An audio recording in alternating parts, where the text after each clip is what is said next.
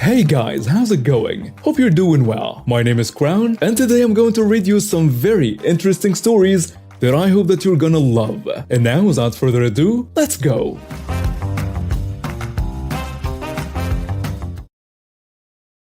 Hey everyone, hope you're doing well. Well, as you can tell, my voice is not where it's supposed to be. I sound a little bit off due to some throat issues. Nothing major really, just some, cold coughing. I tried to push it for the past couple of days and it didn't turn out to be great, so I decided to just rest my throat for a day or two, and today's episode is going to be a rerun of some of the good stories on my channel. Forgive me for that, but yeah, maybe it's for the best if I just give it a rest and take a day or two off. I hope you understand, and hopefully you're going to enjoy today's episode as well. Thank you so much, and let's get started. I wanted to share a story with you all, something that happened recently that honestly left me pretty shaken up. It all started with a simple bike, of all things. You see, my mountain bike got stolen a while back, and I was pretty devastated about it. But then my cousin came into the picture with a solution that led to a whole lot of drama. So my cousin, let's call him Mike, called me up one day. He said he had this old beach cruiser bike sitting in his parents' backyard for ages. He claimed he didn't use it and figured I could fix it up and use it instead of buying a new one. I was grateful for the offer because I was in no position to buy a brand new bike, but this beach cruiser was in rough shape. It was rusty, the tires were flat, and it hadn't seen a day of TLC in years. But I'm pretty handy with tools, and I thought, why not? I'll take on the challenge. So I spent hours cleaning it up, replacing rusty parts and getting the thing back into working order. It wasn't perfect, but it was rideable, and I was very proud of the work I put into it. Here is where things took an unexpected turn. After I'd fixed up the bike, Mike suddenly had a change of heart. He came to me and said he wanted either $60 for the bike or the bike itself, because, well, he intended to sell it. I was taken aback to say the least. I reminded him that he'd given me the bike willingly, but he insisted that I now owed him money for making it look nice. I was frustrated and posted about the situation on Reddit's IT subreddit. I needed some advice on how to handle this bizarre situation. Little did I know that one of Mike's friends saw the post and told him about it. Word spread like wildfire and the whole family found out about the situation. Not because I wanted them to, but because Mike ranted to them about it.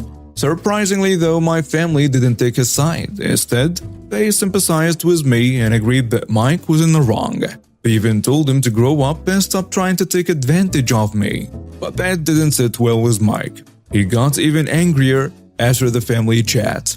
A few days later, as I was riding my newly fixed up bike home from work, Mike confronted me on the street. He was livid. He demanded even more money for the bike, saying that since I'd humiliated him on Reddit, he was imposing an a-hole tax on me.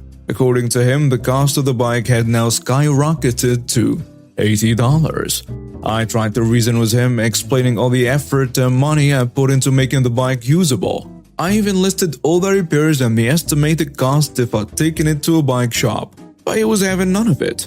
He just kept insisting that I owed him the money right then and there.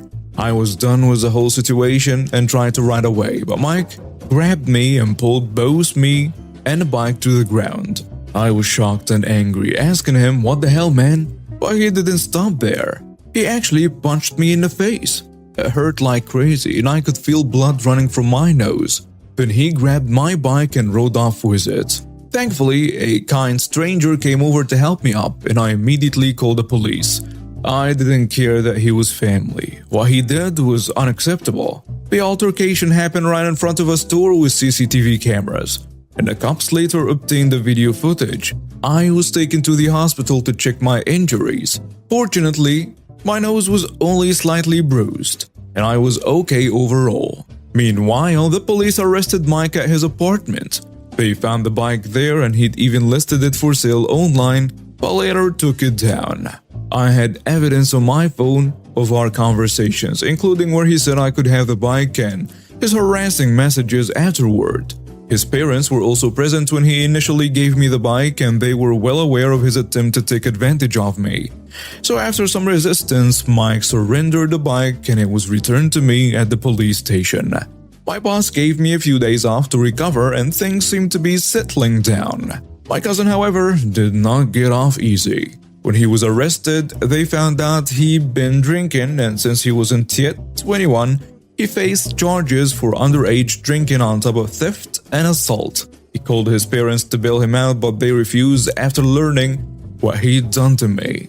Instead, they came to visit me and were deeply apologetic for their son's behavior. They confessed that Mike had been asking for money a lot lately and likely spending it on his bad habits. No one knew where he was getting the alcohol from. The truth was, he was digging himself into a deep hole, and it seemed like he was suffering the consequences of his actions. Now that a few days have passed since the incident, Mike is out of jail, but his life has taken a turn for the worse.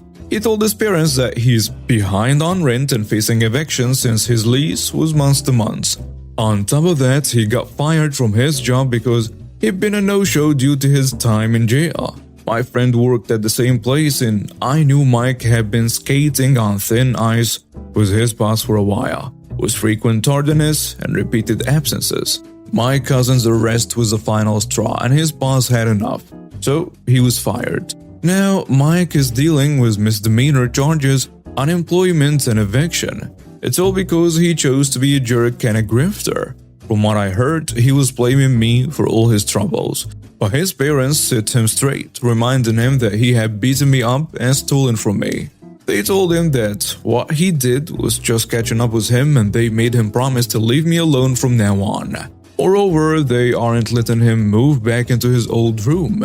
Instead, they are putting him up in a hot, stuffy loft above their garage, which isn't exactly comfortable. It has weak walls and no AC for the summer heat.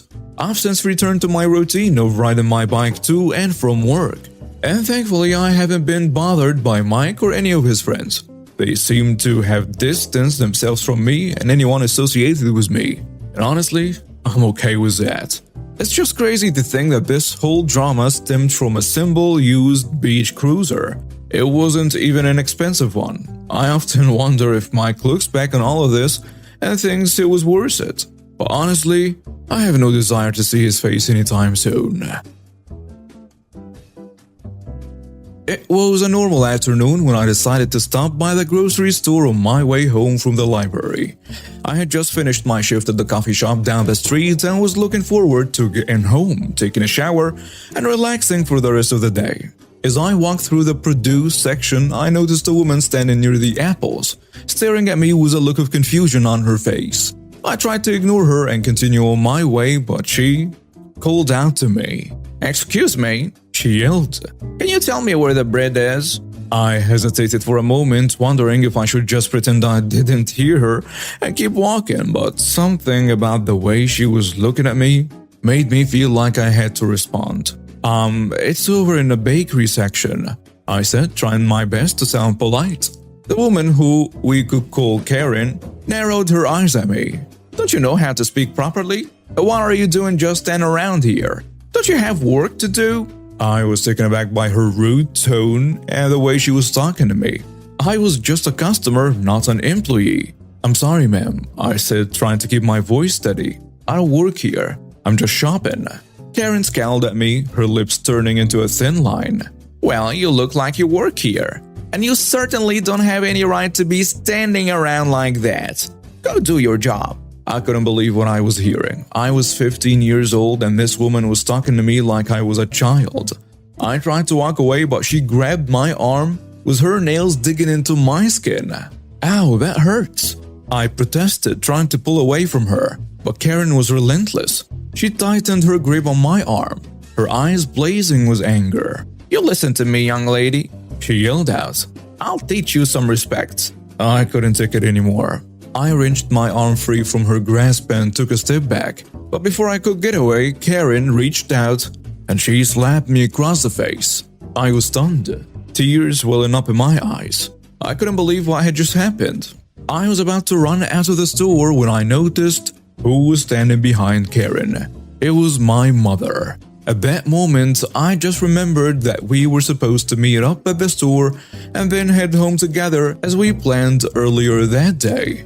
And from the expression on her face, clearly she saw me getting slapped by this awful lady because her eyes were just blazing with fury. Without a word, she put her hand on Karen's shoulder, turned her around aggressively, and knocked the damn lights out of her with a straight punch to the face. "How dare you lay a hand on my daughter?" She screamed at the now flat on her back Karen with a lot of rage in her voice. "You have no right to treat anyone like this, especially a child." The police were called, and when they arrived, they pulled the CCTV footage and arrested Karen on the spot. I was still shaking when we got home, but my mother wrapped me in a hug and told me that everything was going to be okay. "You did nothing wrong, sweetie," she said that. After Karen was arrested and charged with assault on a minor, the judge gave her a hefty penalty for her actions. I remember my mother telling me about it. She has 3 years of probation and has to undergo anger management counseling, my mother said, and she has to pay a fine of $5,000 and do 100 hours of community service. But despite the fact that Karen had been punished for her actions, I couldn't help but feel a sense of unease whenever I went on public. I was always worried that someone else might try to hurt me or treat me with disrespect, and it made me feel vulnerable and scared. I tried to push those thoughts to the back of my mind and focus on my studies and my part-time job at the coffee shop, but every now and then I would catch a glimpse of Karen's face in my mind, and I would feel a shiver run down my spine. But as the days went on, Karen's assault on me became a distant memory, and I was grateful that my mother had been there to defend me, and I knew that I was lucky to have her in my life. Hey there guys, I never thought I'd be posting on this subreddit, but here goes. I'm a 26-year-old guy, and I was planning to propose to my girlfriend on our 4th anniversary, which happens to be on September 30th. I have been planning this for about a month, and I even picked out a ring a couple of weeks ago. The thing is, the ring I found was on sale, so I got it at a surprisingly low price. Everything seemed perfect until my brother entered the picture. Last weekend, I decided to share my proposal plans with my older brother who is 33 years old. I showed him the ring I had picked out because, well, we're close, and I thought he'd be happy for me. But that's not what happened. My brother told me that he was also planning to propose to his girlfriend, who is 29 years old. Okay, that's cool, right? 2 brothers proposing around the same time. It could be like a double celebration, but here is where the problem began. The very next day, my brother came over to my apartment while my girlfriend was out. He looked me straight in the eye and asked, "Can I borrow your ring to propose to my girlfriend?" At first, I thought he was joking, but he was dead serious. His plan was to propose to his girlfriend using my ring as a placeholder and then take her to pick her own ring later. He explained that he didn't want to spend too much money right away in case she said no. Honestly, I'd never heard of these so-called placeholder rings before, so my immediate response was to say no. I mean, it's my engagement ring, right? But the conversation didn't stop there. Fast forward to Tuesday, and my brother had actually gone ahead and proposed to his girlfriend with my ring. He'd taken it from my apartment while I was distracted at work, and I didn't even notice it was missing until his fiancée sent a picture of herself proudly wearing it in our family group chat. I was furious. I called my brother immediately to ask him about the ring, and he confessed right away. He said he'd keep his promise and give it back to me. But here is a kicker. My girlfriend had already seen it, and his fiancé had posted about it on social media. So proposing to my girlfriend with the same ring was pretty much out of the question at this point. We got into a heated argument, and it turned out that while my brother had told his fiancé the ring was just a placeholder, he conveniently left out the part about where he gotten it from. Me. This just made things even messier. At this point, I was angry and hurt by the fact that My own brother had gone behind my back and taken something that I had clearly said no to. I also knew his fiancée well enough to understand that she wouldn't appreciate learning that her engagement ring had essentially been stolen from me. So, I laid it out for my brother. I'd tell her the truth unless he bought me a new engagement ring. Now, he put up a fight for a few hours, but eventually he gave in and agreed to buy me a new ring. We went to a different jewelry store the very next day and I picked out a ring within the same price range. However, it was still $100 more expensive than the one he swiped. My brother did buy the ring, but he's still accusing me of being inconsiderate and childish. He keeps insisting that he would have given me the ring back if I had just given him the chance and that I didn't need to threaten his relationship by forcing him to spend extra money on me. To top it off, he's refusing to talk to me now. I can't even talk to my fiancé about it because many of our friends overlap, and I don't want to create any unnecessary drama. The only other person who knows about this whole mess is our mom. She's kind of divided on the issue. She thinks what my brother did was definitely wrong, and I have every right to be upset with him. However, she is not entirely happy with the way I handled it myself by essentially threatening his relationship. So am I the jerk here? Did I handle this situation inappropriately, or was I justified in standing my ground? And now some comments on the post. Someone saying, "You're not the jerk. Your brother created this entire situation and is 100% at fault. If it were me, I'd make all four parties sit down and explain everything. You might as well rip the band-aid off now cause it's going to come out sooner or later. It will be much worse if it's later." Another commenter says, "Not that jerk. He stole your ring. That was a choice he made. And it's also that choice that is threatening his relationship, not your reaction and words. It's completely fair if you never trust him again, since he also decided that having that ring was more important than a good relationship with you." A third commenter goes with, "On the scale of crazy behavior with no rational justification, this is way up there on your brother's part, OP, not the jerk. Also, there is no way that both fiancés won't find out exactly what happened here, so we all are better off just coming clean now on how this went down. I hope you plan on telling your girlfriend. Well, after you propose, of course." I, a 38-year-old female, was driving back from the high school where I teach. I was going to the supermarket to buy some groceries for my husband and 2 kids. While I was browsing some items, there was a short young lady trying to reach some tampons that were on the top shelf. Since I'm 5'7" and she was pretty, I offered to help her. "Here you go, sweetie," I say. The pretty lady says, "Thank you." I must confess, I got distracted checking her out while she walked away. She was very pretty, that's until I heard a finger snapping from behind me. I got annoyed and turned around to see a 50-ish Karen. No Karen haircut though, and no mask. "Hey you, come help me out." "Hey, no, I got stuff to do." "You have to help the customers." "Yeah, I don't work here," I said with a basket in my hand and clothes that don't resemble the store uniform. "Yes you do. You help that lady. Now come on." She said this while snapping her finger and turning around expecting me to follow her. I did not and turned away to do my own shopping. I barely heard her footsteps behind me. "I told you to come with me." And she pinches my right arm hard. It left a bruise. I saw red and I smacked her hand away with a lot of force. And I yelled at the top of my lungs, "What the fork is wrong with you? Don't you ever touch me again." "Don't speak to me like that. I'm a customer, and you must do as I say." "I don't work here," I said, shaking my basket in front of her. And that's when the manager and Sarah, not her real name, an employee who happens to be a former student of mine, came to see what's going on. The manager asks, "Whoa, ladies, what's going on here?" I say, "She pinched me." And Karen adds, "She hit me. You need to fire her." "Well, ma'am, she doesn't work here, and you need to wear a mask." Then he turns to me and asks, "And why did you hit her?" "Well, she pinched me first." And I showed him where she pinched me. "Oh, big deal. She hit me. You need to fire her." Sarah says, "She doesn't work here." We already told you. The manager adds, "Ma'am, we can review the security footage later, but I'm going to have to ask you to leave." Karen went silent for a moment, and then it happened.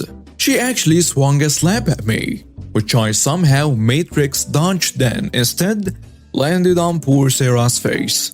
Karen marched to the exit while we were left stunned. The manager immediately called security on his walkie-talkie, while I had to grab Sarah so she didn't go and beat up Karen. Not the first time I had to do this. When the security guard grabbed Karen, she let out the loudest banshee scream I had ever heard. Sarah got a small wound on her face from the slap, since Karen had rings on. The manager gave me a 30% discount for my purchases for the troubles, while Karen got assault charges. When I told my husband, he was shocked. When my dad was still in the military, he was in charge of a group of soldiers. One of them was a female who he said probably had mental issues. He has no idea how she even got in, but she did. This female soldier befriended another soldier. Because of her issues, she trusted him without question very quickly. Eventually, she trusted him to drive her car and get some money out of the ATM for her. This little jerk took her car, completely emptied her account, and then went absent without official leave. Now, this girl was about to leave the army due to her issues, and that money was all she had to help her once she was out. So, she was devastated. They eventually found the guy and he was brought before my dad since my dad was his superior officer. Now, I'm not entirely sure why, but they wouldn't just straight up arrest him and send him to fill sandbags in the Texas heat at the base's jail. My dad said something about the legal process takes a while for a Chapter 10 or something like that. In other words, the civilian police couldn't arrest him since he was under military jurisdiction, and the military couldn't do anything because it was being investigated or processed. So anyway, my dad couldn't find a way to send him to the jail. This guy is all cocky like, "I don't regret it one bit, she's just stupid for letting me have access. Not my fault she's stupid," and so on. My dad was looking for any way to punish this guy until he found out the most borderline illegal thing he could do. He ended up going to the guy still sitting there with a smirk on his face, and my dad said, "Well, since you don't show any remorse and I can't send you to fill up sandbags, here is what you're gonna do. I got a job for you. Your job is to sit in this tiny room and make sure the paint doesn't peel." No one could talk to him. He would leave to eat. He ate in an isolated room facing the corner and to go to the bathroom. That was it. Also, my dad was only required to give him 4 hours of sleep, so he could leave the room at midnight, and at 4 in the morning he was woken up to make sure that paint didn't peel. My dad even decided to have some fun with him. One day he went in and said, "I feel like being nice today. I'm gonna let you read today's paper." The guy was overjoyed at the prospect of getting to read the newspaper. All he had done was stare at a wall and didn't even know what was going on in the outside world. Right as he started to read, my dad took it away immediately and said, "Actually, never mind. You're stupid. Can't believe you trusted me." Then he left again. After a few days, the guy couldn't take it. He called his attorney and begged for him to find a way to send him to the base's jail so he could fill sandbags instead of staring at a wall making sure the paint doesn't peel. But the attorney couldn't find a way to make it happen. Eventually, they were able to discharge him from the army. My dad's second-in-command had to escort him to the front gate to officially release him. What the jerk didn't know was the civilian police were finally able to get a warrant for his arrest for stealing that poor girl's money. So the whole drive, this cocky guy is like, "Yep, soon I'll be out and I can tell you how I feel about yada yada yada." And the second-in-command is like, "Yep, you can say whatever you want." When they got to the gate, they released him and the second-in-command was like, "Well, you're out of the army now. You can say whatever you want." The jerk opens his mouth to speak, but the second-in-command goes, "Wait, just one more thing. Gentlemen, this is a man." And the 2 civilian cops who had been waiting out front immediately put him in cuffs. My dad's second-in-command leaned into the guy's face and said, "Have a nice freaking day," then laughed hard. This just happened the other day at the store I hate more than anything. To understand this story, two things you have to know first. About 6 months ago, I lost my legs from the knees down due to diabetes. Second is the kicker of the story. I have always carried a firearm for many years. I know many officers because I go to the range. This is important. I was at Wally World with my son. He went off with a cart to get some things.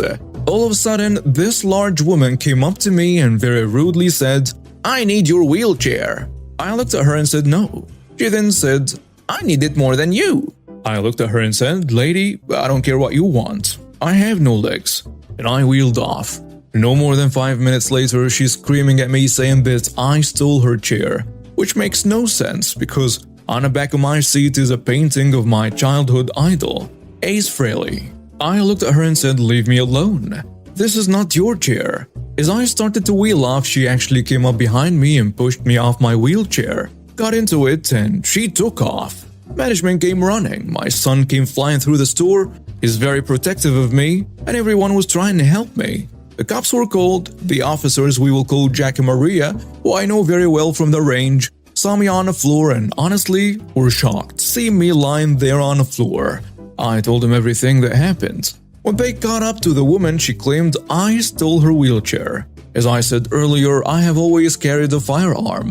A friend of mine made me a holster that looks like it carries a cell phone and a small iPad which is attached to the side of my chair. When she was brought to me, she was screaming at me saying that I should be arrested for stealing her chair. Jack and Maria held back laughter because they knew she was full of it. Maria, who is the sweetest and kindest person, saw the holster, looked at the woman, and Jack knew what was about to happen. Maria said, "Ma'am, what is on the side of the chair?" She told him it was her phone and coupons. Maria said, "Can you show me?" And she refused. Maria said to her, "If this wheelchair belongs to you, then show me the contents." She said fine. When she opened the holster, her eyes got larger beyond belief. Jack looked at her and said, "You're arrested for assault and a felony of stealing a firearm." When she was being put in cuffs, she was kicking and screaming like a 2-year-old. Being in a wheelchair is an adjustment and not an easy one. People look at you, and some even make comments. It's not easy. It was a crisp, sunny morning just like any other. Sam, my golden retriever, and I set out for our daily walk around the block. Sam was his usual cheerful self, tail wagging and a bounce in his step that showed his excitement. I'd often joked that he looked forward to these walks more than I did. As we approached Mr. X's house, my neighbor, I noticed he was outside, which was unusual. Mr. X was a recluse, rarely seen outside, that when he was, he usually kept to himself.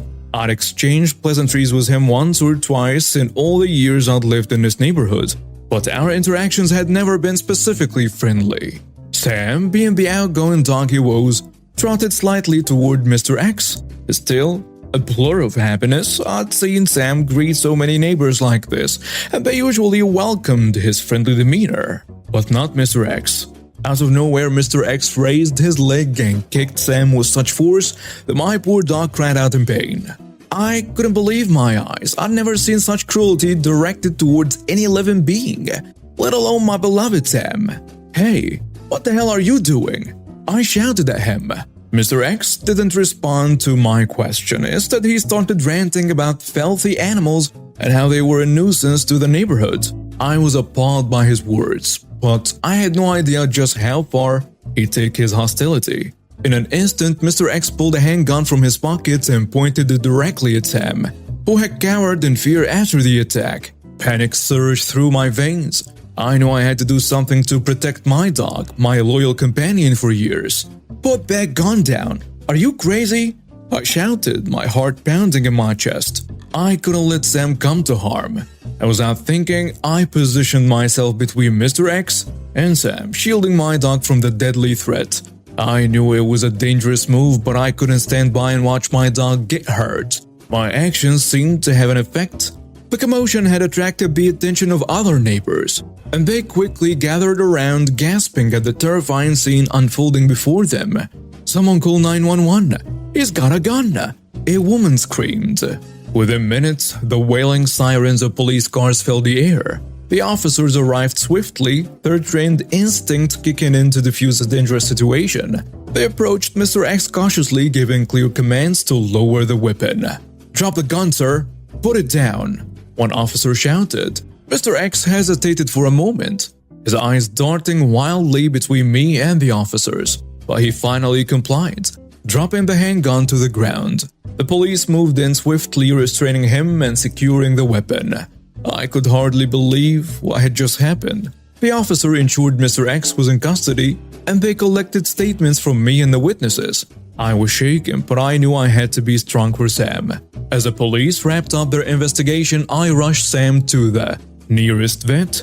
His cries of pain still echoed in my ears, and I couldn't bear to see him suffering. The vet examined him thoroughly, assuring me that while he had been injured, it didn't appear to be anything life-threatening. Sam was given pain medication and some much-needed TLC. While Sam was getting the care he needed, I received updates from the police. Mr. X was facing charges of animal cruelty and assault with a deadly weapon. I couldn't believe that someone living just a few doors down had harbored such animosity toward innocent animals that was capable of such violence. When I finally brought Sam back home, he was visibly shaken but still wagging his tail. Dogs truly have an incredible resilience and capacity for forgiveness. I was overwhelmed with gratitude that he was going to be okay.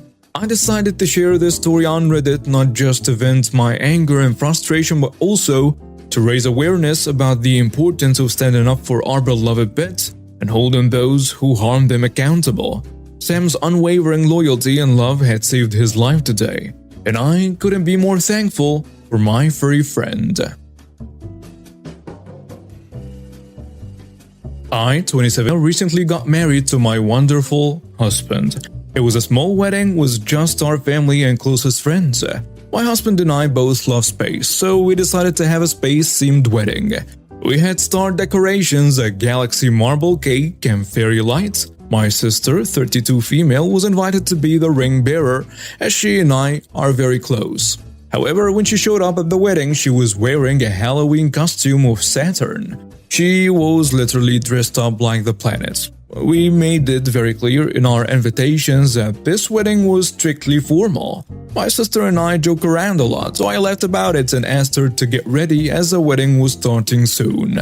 But she fully planned to bring us the rings in her Halloween costume. She refused to change into a serious outfit, saying that our family would find it funny because Saturn has rings and she's a ring bearer. This was the most important day in my life, and I expected her to take it seriously, even though we often joke around. So I told her she could change or she could leave. She called me overdramatic and left. Am I the jerk here? And now some comments on a post. Someone saying, her idea sounds hilarious, but yeah, I agree, you're not the jerk. There are many days for her to be punny. This will not be one of them. Another commenter adds, not the jerk. She called you overdramatic rather than get dressed? Nah, you're not the jerk. She is. I've got a story that's been brewing in my head for quite some time, and I need to get it off my chest. You see, it all started when my partner and I moved into our dream house a little over 2 years ago. We were excited about starting this new chapter in our lives, but little did we know what kind of neighbors we were about to encounter. Our attached neighbors were an elderly woman in her 60s and her grandson, a young man in his late teens. We decided to be neighborly and introduce ourselves, hoping to establish a friendly rapport. Little did we know that their expectations would soon prove to be entirely unreasonable. The elderly woman dropped hints about how the previous owners used to bake her goodies all the time, insinuating that we should follow suit. It was as if she believed she deserved to be treated like a princess. The grandson, on the other hand, introduced himself as the worst person in town. What an introduction, right? After that encounter, we decided to maintain a friendly distance and keep out of their way. But things quickly took a turn for the worse. Within a week of our arrival, they began to engage in late-night screaming matches, blasting music, and even banging on the walls. It got so bad that the police were frequent visitors to their house due to the woman's incessant calls about disputes with her grandson. Despite all this, my partner and I were determined to make the best out of our new home. We invested time and effort into fixing up the house, making it beautiful and adding value to it. At that point, it was just the two of us in our mid-20s, so we figured we could handle the neighborly drama. Fast forward to last month and things took a terrifying turn. One evening, as darkness settled in, we heard what we believed to be gunshots coming from our backyard. Living in a downtown suburb, this was not something we expected. We had installed security cameras for peace of mind, so we decided to check the footage. What we saw and heard shook us to the core. The grandson and his friends were sitting in their yard, discussing shooting another round and laughing about how they would pass it off as fireworks. They even mentioned the caliber of the rounds they were firing. It was dark, so we couldn't see them actually shooting, but our cameras picked up the sound of 9 gunshots. Naturally, we called the cops, concerned for our safety. By the time the police arrived, the kids had left, and there was no conclusive evidence of anyone with a firearm on a premises. It was frustrating to say the least, but we had no choice but to let it go, hoping it wouldn't happen again. But our neighborly nightmare was far from over. In the beginning of August, the elderly woman decided to let her daughter, son-in-law, and their children move in with them. This decision led to an escalation of the chaos. The screaming and yelling intensified. Now, with crying kids added to the mix, as much as I wanted to intervene, I hesitated to call Child Protective Services, fearing the repercussions for the innocent children. My partner and I decided to take a road trip to visit family and explore some cool places at the end of August. It was our chance to escape the mounting stress caused by our neighbors. We kept an eye on our property through our cameras whenever we had a bit of cell service. That's when we received a call from our unattached neighbor, who informed us that our attached neighbors were building a hideous shed using spare planks of wood. At first, we tried not to worry too much, as their tacky shed wasn't directly impacting us, apart from being an eyesore in our otherwise pleasant neighborhood. We continued our road trip, occasionally checking our cameras to ensure they weren't trespassing or causing any damage to our property. We returned home just a few hours ago, still relishing the memories of our trip, but as soon as we arrived, our heart sank. Our attached neighbors had gone beyond all limits of decency. They had dug out and stolen a part of our fence, a metal post and chain link to create a back fence and gate for their own yard. This left enormous holes in our back parking area, posing a serious hazard. As my partner stepped out of the car, he nearly tripped and fell into one of those holes. They had also improperly tied into our fence, pulling it lopsided and causing significant damage. Unfortunately, our cameras did not capture them in the act of stealing our fence, and they were in our yard in one frame and in theirs the next. My partner and I were left stunned and infuriated. We knew we had to take action, but we were also acutely aware of the dangerous and violent nature of our neighbors. We didn't want to provoke them, given that we shared a wall with them and had no firewall to separate our properties. So we began to strategize the safest way to report their actions. The next day, we decided to contact the borough authorities to report the theft and damage to our property. We are planning to press charges, however, we were cautious in our approach, making sure to emphasize our desire for anonymity and to ensure our safety. We were dealing with unpredictable neighbors and we couldn't afford to take any unnecessary risks. So after all the trouble we've been through with our entitled neighbors, things finally took a turn. We decided to report him to the local authorities for stealing our fence and causing damage to our property. We also had evidence of all the bad things he had done, like the loud fights, the gunshots, and the confrontations. We showed all this proof to the police and they promised to look into it. One night, the police got called to our neighbor's place because of another noise complaint. This time, it was a different neighbor who had had enough of their entitled behavior.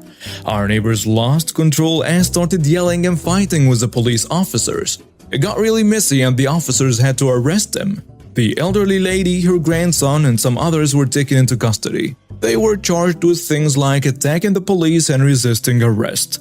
We watched all of this from our home and it felt like a weight had been lifted off our shoulders. It was like a dark cloud that had been hanging over us was finally gone.